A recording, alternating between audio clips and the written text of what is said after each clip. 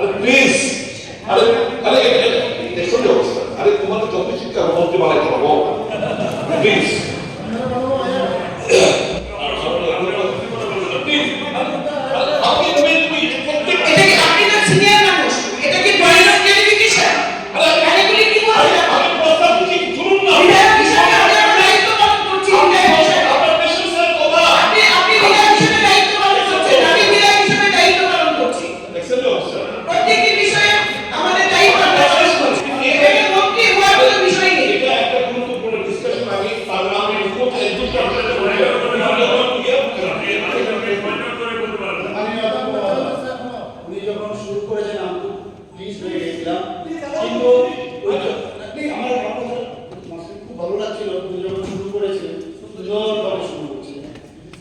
politically level না বলেছেন,